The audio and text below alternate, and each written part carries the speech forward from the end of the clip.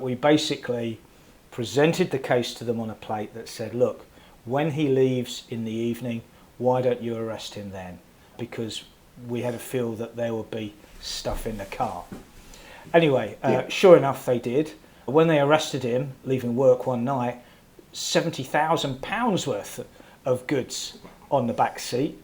And when they took him back to his house, there was £750,000 worth of stolen property from the warehouse.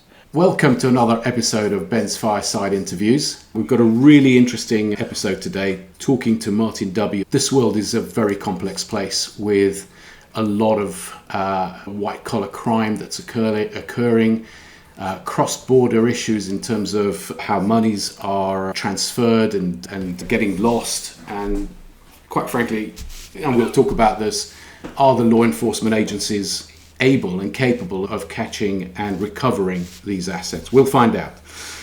If you're enjoying this content, please subscribe and like, and let's get into it. So Martin is a seasoned professional and public servant. He set up Harod back in October 2010, having spent a number of years as head of cocaine intelligence at Her Majesty's Revenue and Customs, and was a senior coordinating officer at the Serious Organised Crime Agency.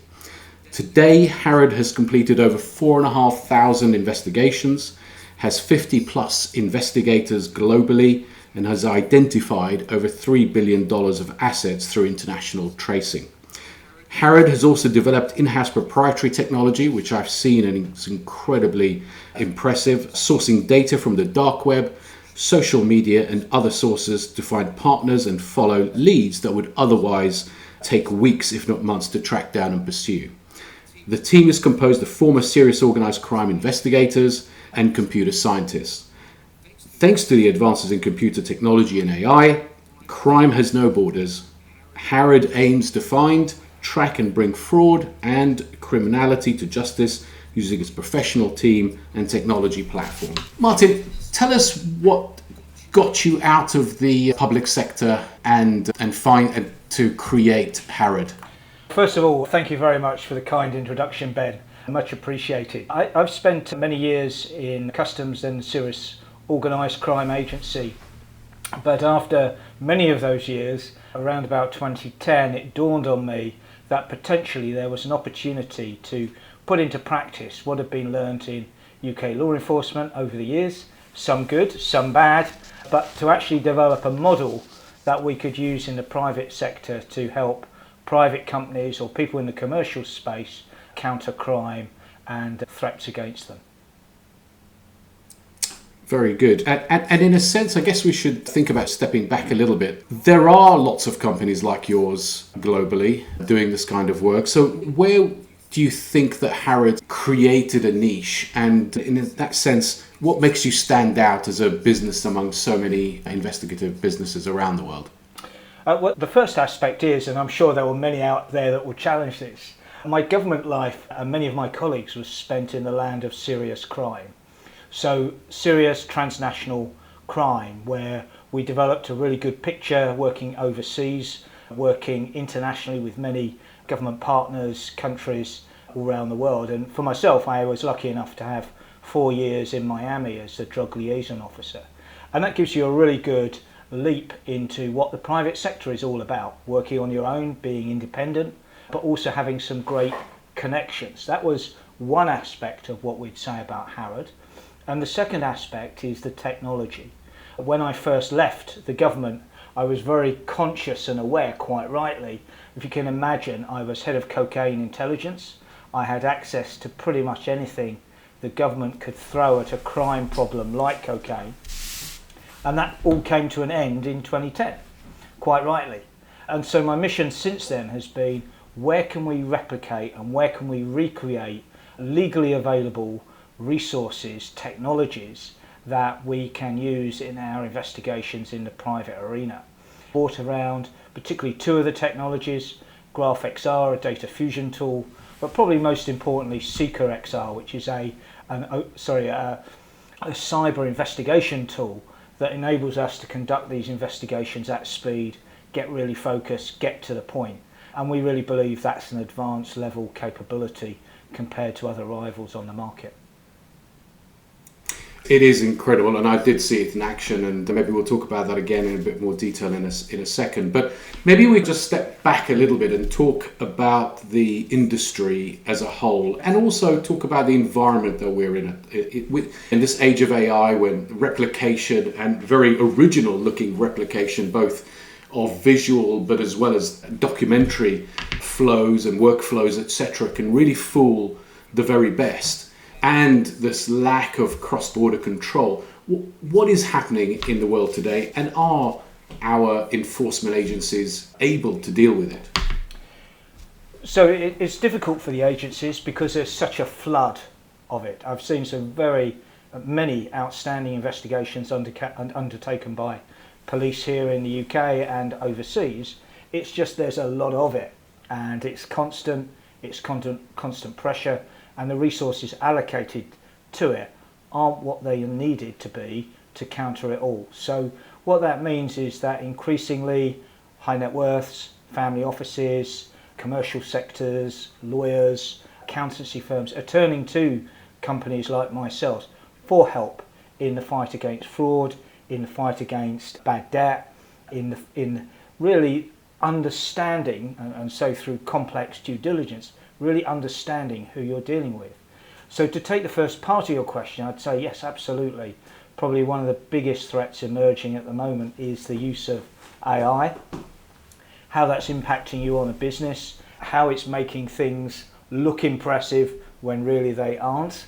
And the good news being is that, remember, just scratch below the surface. And so consequently, a big part of our business is about due diligence. The due diligence being prevention is better than cure. And if I may share a little story from just a few months ago, where a client had an approach for 25% of their business by a guy who was offering $25 million. And it turned out, to cut a long story short, to be an inward investment fraud. And the client originally came to us to find out source of wealth. He said, I've had the due diligence done, but I want to find out source of wealth. And so as we dug into it and obviously reviewed the original due diligence, we realised that all the documents he'd been provided with were fake. Now that doesn't surprise us, because going back to my law enforcement days, and this is why I talk about what did we learn in those days that could be relevant today, is things like the Colombian cartels would use fake banks, fake hotels, fake identities, fake documents and everything like that. Just the way of producing them was a bit different in those days. So what I'd say is scratch below the surface, challenge what documents you're given, and that's going to be a good start. So disappointed... Oh, sorry, Ben. No, go ahead, please. I was going to say, disappointed with the news that all the documents have been faked. The client says, I'm not very happy about that, I'll speak to the investor. So the investor denied it and said, look, I'll give you a bank statement proving that I have 50 million in the bank. And I said, let me see it. And sure enough, the bank statement arrived two days later, and of course it was faked. But here was an important point, Ben. The client didn't realise that. The client could have scratched below the surface themselves and seen there were 18 mistakes on this bank statement that we counted, full of mistakes. But the psychology of it was he wanted to see what he needed. He desperately needed that investment. And so, of course, when he saw the bank statement, he thought that was it. That's a really interesting point that you make there, that people are invested in transactions that they're looking at any one time. They subconsciously or even consciously want it to happen, and so you need a third party to step in and really give a very neutral, very unbiased due diligence process. So that's a really interesting case study that you put forward there. And I guess just continuing down this line to try and understand a little bit, like a lot of our audience are family offices and wealthy individuals who are constantly looking at deals, whether they are in real estate or in startups or in funds, etc. What are the sort of early signs that they should be looking out for to prevent, and as you say, not to have to go down the recovery route, but to really not get to that point at all, just to stop ahead of doing a bad transaction? I think the obvious early sign is if it's too good to be true, then it probably is, would be my basic rule of thumb advice. So you've got this fantastic deal, which, come on, you're really professional, experienced businessmen, women, or whatever. You know it just doesn't seem quite right. And then probably when you ask those crunch questions or ask for proof documentation, they're just not as forthcoming as you'd expect them to be. So for me, that's the red flag that perhaps you ought to call someone in and get a double check done on the people that you're dealing with. And that's an important point, is look at the people you're dealing with. It's not about the glossy brochure or prospectus they produce. It's the people they're dealing with. And do you know if they've got a career in ripping people off, being poor performers or whatever? That is something in particular that you need to get checked out. I always say it's the people that commit fraud and rip you off, not the actual documentation. It's a very good point. And there's also these sort of time constraints that you're being given at times when it's a deal that has to be done immediately, and so you haven't got much time to do your due diligence to stop you from going into those granular factors that you should be. Maybe the other thing I just want to talk about is delve a little bit deeper into the technology platform, which I genuinely think that this is incredibly proprietary for you guys.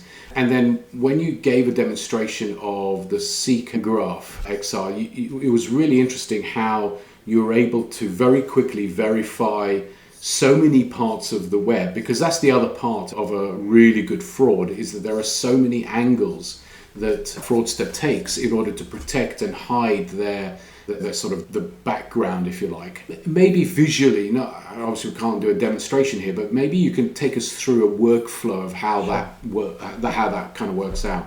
Maybe next time, Ben, we'll do a demo. But That would be great, absolutely. But just to describe it for you, look, our cyber investigation platform is a collection of open source tools, as you might expect, over 80 social media platforms. We have compliance tools on there.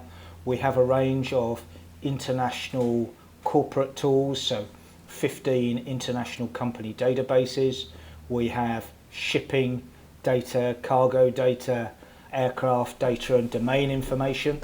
And then probably mixing in with all of that is also what I call people tracing tools. So at the end of the day, I'd always argue that if you can't find the person, you've not got much of a case to start with. So really important to us that you have that access. And this is all on one pane of glass for the analyst. So it's not multiple logins. It's access to over £250,000 worth of subscriber data to help us find that snippet of information at speed that will help us crack the case, or at least give a warning or a concern. So in your last comment you talked about timing and being rushed into a decision. If necessary, we're turning things around in minutes or hours to give an urgent decision or reinforce an urgent concern that something's not quite right.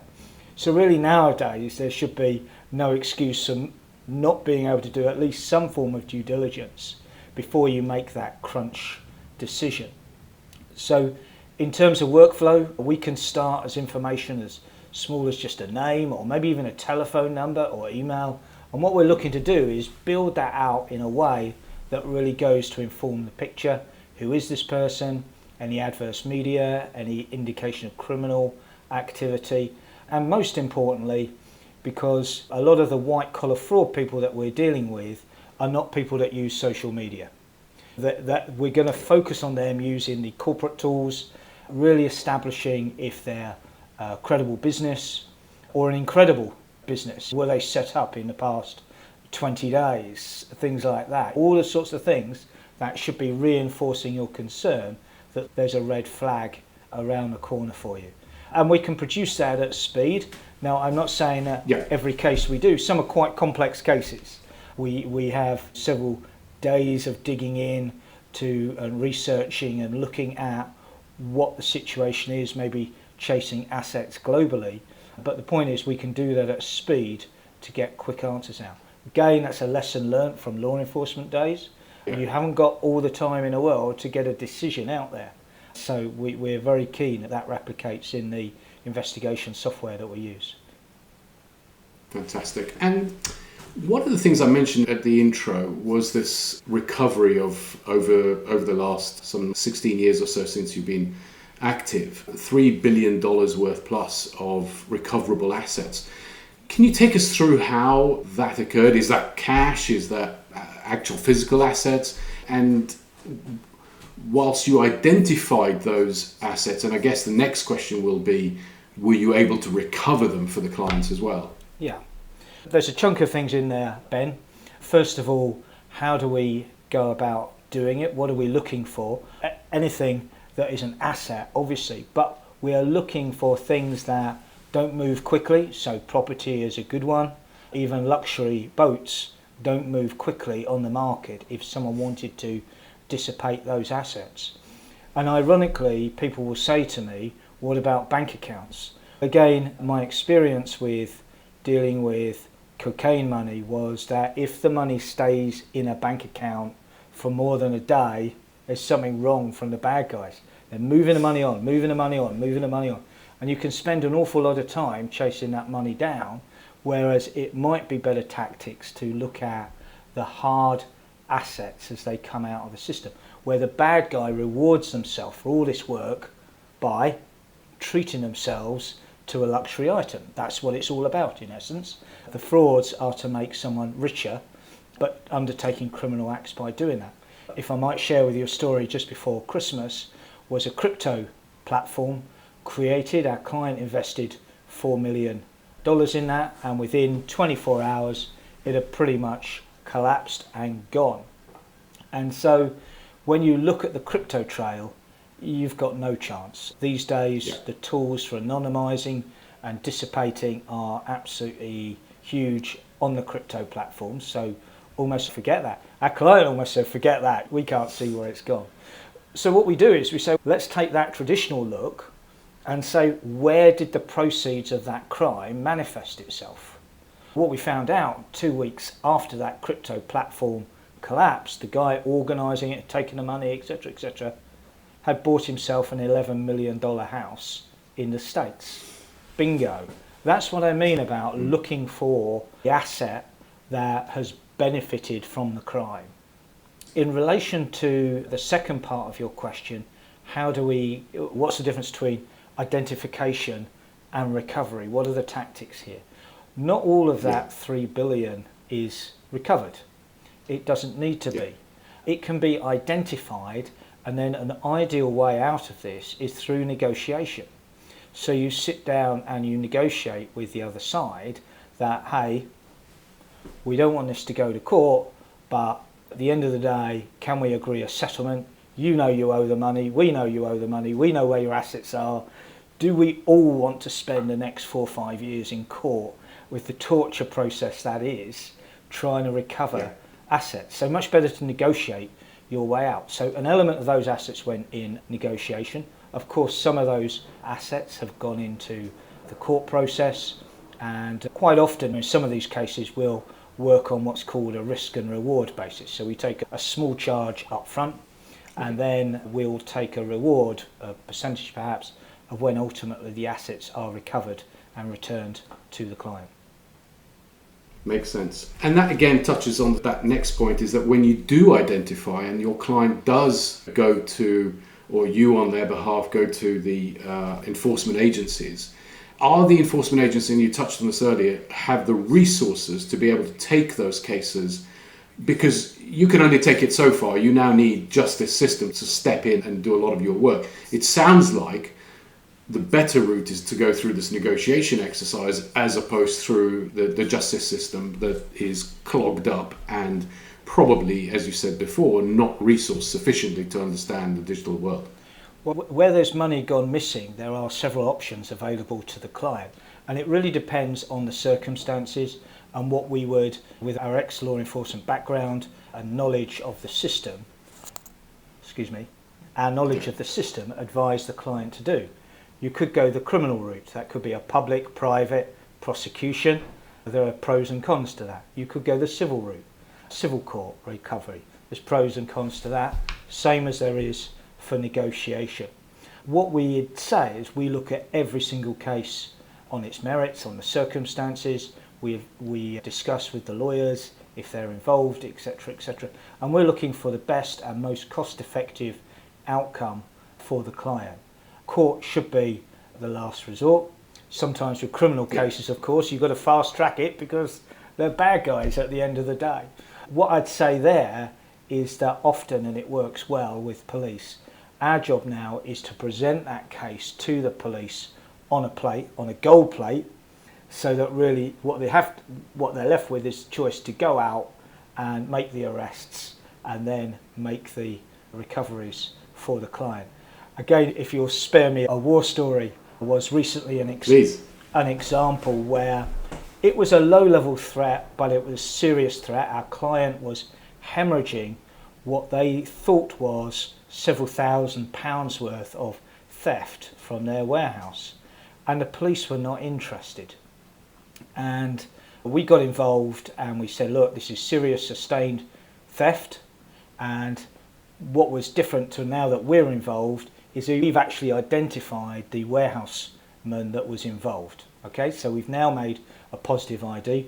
Still the police weren't that interested, but we basically presented the case to them on a plate that said, look, when he leaves in the evening, why don't you arrest him then? Because we had a feel that there would be stuff in the car. Anyway, sure enough they did. When they arrested him, leaving work one night, £70,000 worth of goods on the back seat. And when they took him back to his house, there was £750,000 worth of stolen property from the warehouse. And somehow they'd managed to override and deceive the in-house computer system. From that, we identified another 2 warehousemen involved, and they had between them about £600,000 worth of stolen property in their house. Needless to say, now the police are dead chuffed that they've taken on this complicated case, and in fact it was cups of tea and cucumber sandwiches with the chief constable all round, because it was a great result. The initial resilience, and we don't resent it, we know that everyone is hard pressed, is to say, look, it makes common sense to go for this. You don't know what you're going to get out of it at the end of the day. Yeah, no, that's really interesting. And one thing I noticed in terms of the sectors that you look for in terms of clients, you have a level of expertise in the sports industry. Maybe you could talk to us a little bit about how that came about and what you do in that. Thank you for that question, Ben. I never fail to take the chance to talk about the Sochi Olympics. Yeah.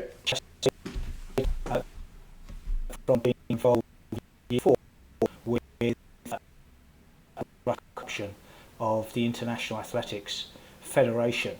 And when I thought that case was over, the next year the chief scientist in Russia defected to the West, and I got involved as the chief investigator of an investigation into Russian cheating at the Sochi Olympics that meant that their athletes could compete dirty, in other words, doped up, whereas others couldn't.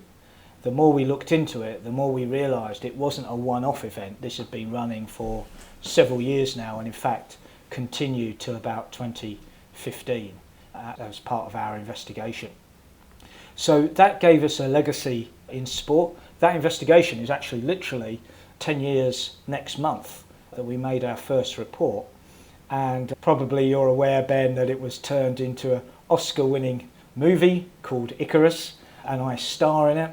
Yep. Which gives me something in common with Tom Cruise, because we've both appeared in Oscar-winning movies but never won a personal Oscar, although I understand he's got an honorary one now for those that rush to make a comment.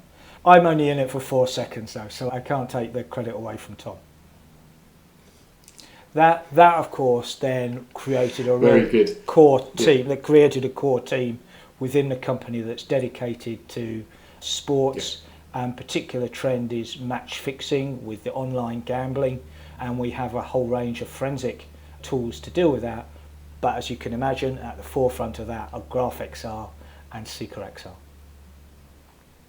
Fantastic. No, that's really interesting, and I think there's a lot of, obviously this is a huge growth industry, and I think so many folks are now involved in both sports but also in the gaming and gambling aspect of it as well. So I think that's a really interesting angle that you guys bring to the table.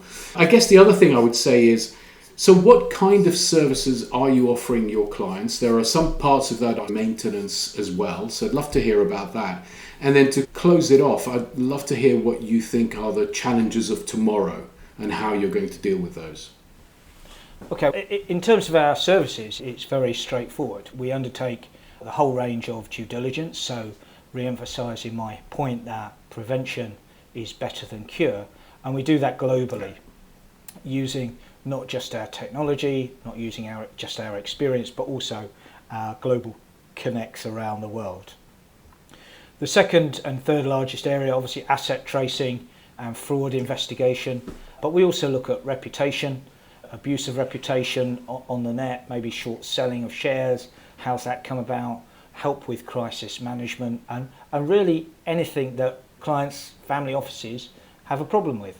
We can, I'm sure, have a conversation and help. Behind the scenes, we have some government work where we act in advisory capacity and that sort of thing. So again, without going down that route, that's another aspect to what we do, utilising still our government skills. Yeah. And then that sort of the idea of what do you think are those challenges? Clearly they're going to be enhanced AI based issues, but it feels like criminals are getting smarter, maybe at a faster pace than law enforcement agencies are able to keep up with. And so what do you see as the types of crimes and challenges that you face, and how do you think Harod is positioned in an environment of even more aggressive attempts at trying to take over, win, or steal assets from honest people? Yeah, so the bad guys are definitely getting faster at coming up with different ways of deceiving you out of your money. The challenge for us at Harod is to be faster than them so that we're ahead of the game, that we can detect what's coming, we can see what's happening, what the trends are. So yeah, we're keeping up to pace with what's happening in the AI world, in the use of work agents, avatars, and I think that's probably the biggest threat and challenge to family offices. The traditional form of due diligence is, do you know who you're dealing with? And it might be that you're not even dealing with real people, that you have a complete family of work agents, avatars, whatever it is, that are out there to deceive you and are doing it on multiple fronts. So again, detection of those, I won't go into our techniques for detecting those at the moment because they're pretty cutting edge. The answer is act as soon as possible. If you're suspicious or you're concerned, please call it in, give us a shout, or indeed any company like ourselves, so that you can get a very quick readout on what's happening, a quick scratch below the surface. At that stage, it's not going to cost you too much money. But if you go for it and it's wrong and you've lost millions and millions, it's getting harder and harder to recover that money if it disappears into the crypto side or myriads of bank accounts, or you've been taken on by a nation state or whatever. It's getting more and more complicated. So that is my warning. The good news is AI's not all it's cracked up to be just yet, but I'm sure it's coming. We need to be ahead of that game. Yeah, absolutely. And you are a global business as well. It is pretty seamless in terms of the information flows that you're gathering. So it's not siloed in any one particular jurisdiction, and presumably that itself as well is one step ahead of national enforcement agencies who have to negotiate and discuss with each other to share data, whereas you don't have that problem, you don't have those barriers in place, presumably. Yeah, correct. And because of our platform, Seeker XR, then we can work virtually. So without borders, that's a huge way of countering. And one of the frustrations I had in law enforcement was it was so clunky to move from jurisdiction to jurisdiction. We can be quite incisive in terms of how we pull the information together and go from there. And it's something that law enforcement is a little bit of afraid of, but shouldn't be. At the end of the day, the information is out there. It's virtual. They should be using it as well. Yeah. Brilliant. Martin, thanks so much for your time. That was incredibly insightful into an area that scares the bejeebers out of so many of us, and need to be very aware and really up to speed with this because it's coming at us from all directions. Correct. And with the help of Harod, hopefully we can keep these bad folks at bay. Thank you very much indeed for joining us today. Thank you, Ben. It's been a pleasure. Thank you. Wonderful. See you soon.